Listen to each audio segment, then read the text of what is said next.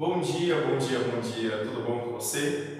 Você que não lembra de mim, eu não lembro muito bem meu nome, eu me chamo Sávio, eu sou professor de vocês agora de História, tá certo? E nessa quarentena, eu espero que você esteja em casa, eu espero que você esteja se cuidando, pois logo, logo isso vai passar, tá certo? Já tomou seu café da manhã? Já tomou um belo banho? Então agora vamos para a aula de História, onde falaremos sobre o comércio e a sua evolução. Vamos começar para mais recente, não vamos ir tão longe até então. Você conhece a frase, a palavra na verdade, e-commerce? Tem o e-commerce? Ele significa, na linguagem, é um termo em inglês que significará mercado virtual. Sabe, como assim mercado virtual? Você conhece aqueles sites que fazem compra e venda, ou troca e venda de imóveis, ou de qualquer item que seja, como o Mercado Livre ou a OLX? Eles são considerados e-commerce, são mercados virtuais, onde você faz transações, onde você faz transferências, tudo pela internet, com a facilidade da sua casa. Você está na sua casa e você vai querer, exemplo, uma caneta azul turquesa que quando você escreve ela faz música, por exemplo, e ela é vendida apenas no Japão. Hoje em dia você pode ter essa caneta se ela estiver disponível em um e-commerce desse. É um site de compra e vendas de objetos e tudo mais. Se ela estiver disponível, você tem a possibilidade de comprar. Mas antigamente não era bem assim que funcionavam as coisas. O comércio, anteriormente, feito há centenas de anos atrás, não era essa facilidade toda que temos hoje. Por isso é importante nós observarmos alguns pontos que eu falei na aula de hoje, tá certo? Primeiramente, eu vou pedir que você abra o seu livro na página 80, tá bom? Qualquer coisa, dá uma esperada, eu dou uma esperada. Se preferir, dá um pause no vídeo. Mas se você já tiver o seu livro aí, na página 80, vamos começar a leitura pelo terceiro parágrafo, tá bom? Normalmente, as rotas de comércio, anteriormente, eram organizadas por um chefe, que decidiria tudo relacionado ao trajeto. Os animais domesticados, bois, camelos, cavalos, etc., levariam os bens em rodas separadas em etapas. Cada comitiva andava um pedaço do caminho com a mercadoria e, no ponto de encontro combinado, transferia a mercadoria para outra comitiva, igualmente equipada, que continuava o caminho. Exemplo: se aqui do Ceará, só aqui no Ceará, vende, sei lá, um morango. Só aqui no Ceará tem pé de morango e em nenhum outro estado do Brasil tem morango. E o cara lá de São Paulo, ele é louco por morango, ele quer comer morango. Ele tem duas opções. Ou ele desiste de comer morango, pois é muito longe a distância de Ceará para São Paulo, ou então ele pode viajar por meses até ter o que ele deseja. Isso era o que acontecia há centenas de anos atrás. Se você desejasse ter algo que não tinha na sua região, que não fosse produzido na sua região, você precisaria viajar meses até conseguir o que você queria. Nesse trecho do livro ele fala que as pessoas que faziam esse comércio, elas faziam por etapas. Exemplo, daqui do Ceará ia até um exemplo, ia até Piauí, levando a mercadoria. De Piauí eles continuavam até outra localidade. E assim até chegar no ponto de compra e venda, de troca de bens que existiam.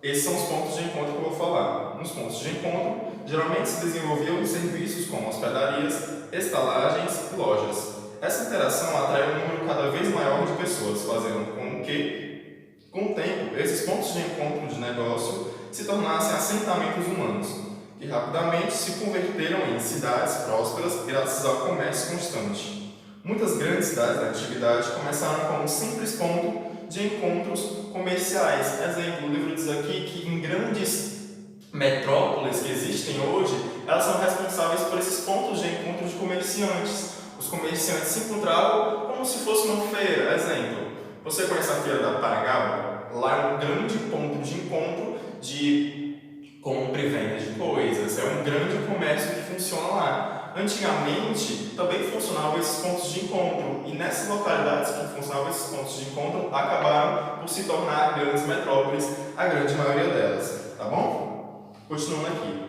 Aventurar-se nessas rotas comerciais do mundo antigo podia ser muito perigoso ou demorado. existiam rotas que demoravam mais de um ano para chegar até o fim, mas isso nunca afastou os comerciantes antigos que acreditavam que o lucro possível valia todo o risco.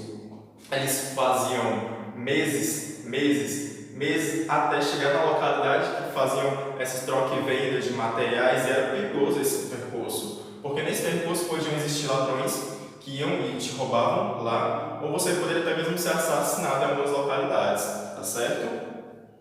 Continuaremos aqui na página 81, as primeiras rotas terrestres. Estudos apontam que rotas comerciais que cobriam longas distâncias começaram a se desenvolver por volta de 3000 a.C., período que a historiografia chama de Calcolítico, a época do cobre, e que se localiza entre o final do Neolítico, que é o final da pedra polida, e se localiza no início da Idade dos Metais. As rotas mais desenvolvidas nesse período se encontravam nas regiões da Ásia Ocidental, da China, da Índia e em torno do Mar Mediterrâneo. Por meados do segundo milênio a.C., caravanas completamente organizadas já eram uma realidade.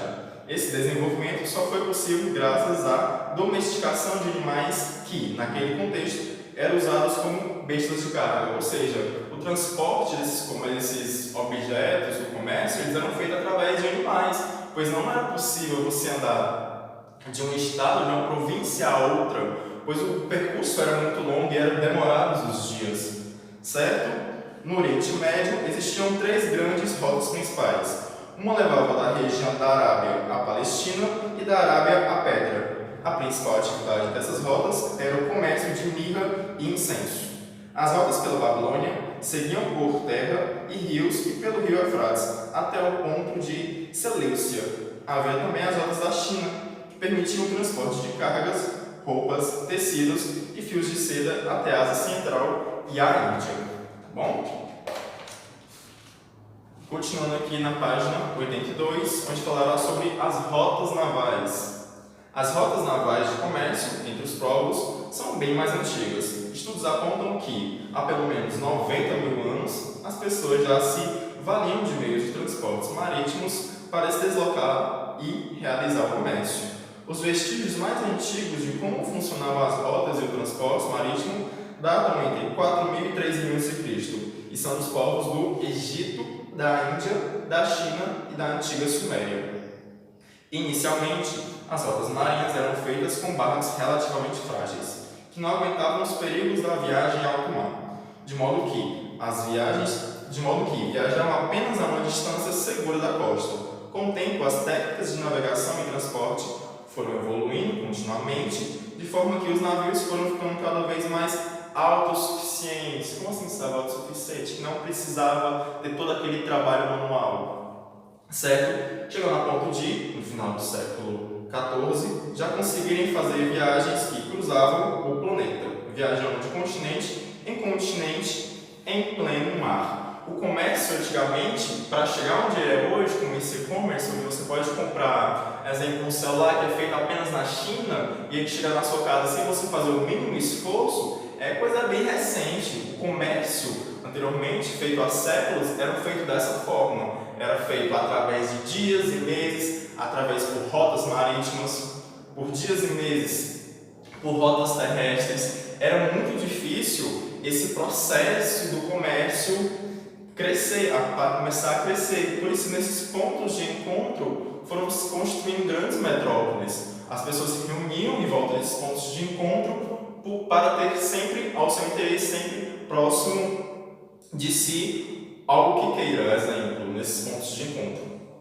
Agora, eu peço para que vocês abram na página 83, em que faremos as atividades 1, 2, 3, 4, 5 e 6. Vamos lá. Vamos lá. Foi só me abanar um pouquinho porque estava morrendo de calor, mas vamos lá para a questão 1 da página 83. Marque a alternativa correta sobre como eram os primórdios do comércio. Caso você não produzisse o bem que você desejava, existiam apenas 2 opções: pedi-los pelos correios ou esperar que abrisse uma loja que vendesse esse bem. Naquela época existia correios? Vamos ter uma atenção aí. Caso você, alguém na sua comunidade, não produzisse o bem que você desejava, só existiam duas opções: desistir de ter esse bem ou viajar em busca dele, muitas vezes por longas distâncias. Item número 2. Questão de número 2. Complete o texto corretamente com as frases do quadro. Bens, chefe, comitiva, continuava, domesticados, encontro, etapas, mercadoria, trajeto e transferia. Todas essas palavras elas são encontradas no texto, tá certo? Por isso, dê uma leitura no texto, bem atenciosa, que você irá conseguir fazer essa questão de número 2. Número 3. Que avanço cultural tornou possível o desenvolvimento inicial das rotas comerciais. Desculpe. Página 84. A partir de que ano já existiam caravanas completamente organizadas? Aquelas que iam, exemplo, do Ceará até Piauí, do Piauí até Minas Gerais, dessa forma, tá bom? Todas as respostas estão no texto, por isso é importante que você faça a leitura bem atenciosa, tá bom? Quinta, marca a alternativa correta. Os vestígios mais antigos de como funcionavam as rotas do transporte marítimo datam entre 4.000 e 3.000 a.C. e são dos povos. Identifica a embarcação que foi projetada para navegação em alto mar. E marca o X. A navegação em alto mar, aquela onde há grandes ondas, aquela embarcação que sustentaria. Tá certo? Pessoal, agradeço muito mais uma vez a atenção de vocês. Espero que vocês tenham um ótimo dia pela frente, bons estudos. Muito obrigado. E o mais importante, fique em casa e lave suas mãos. Tchau, pessoal.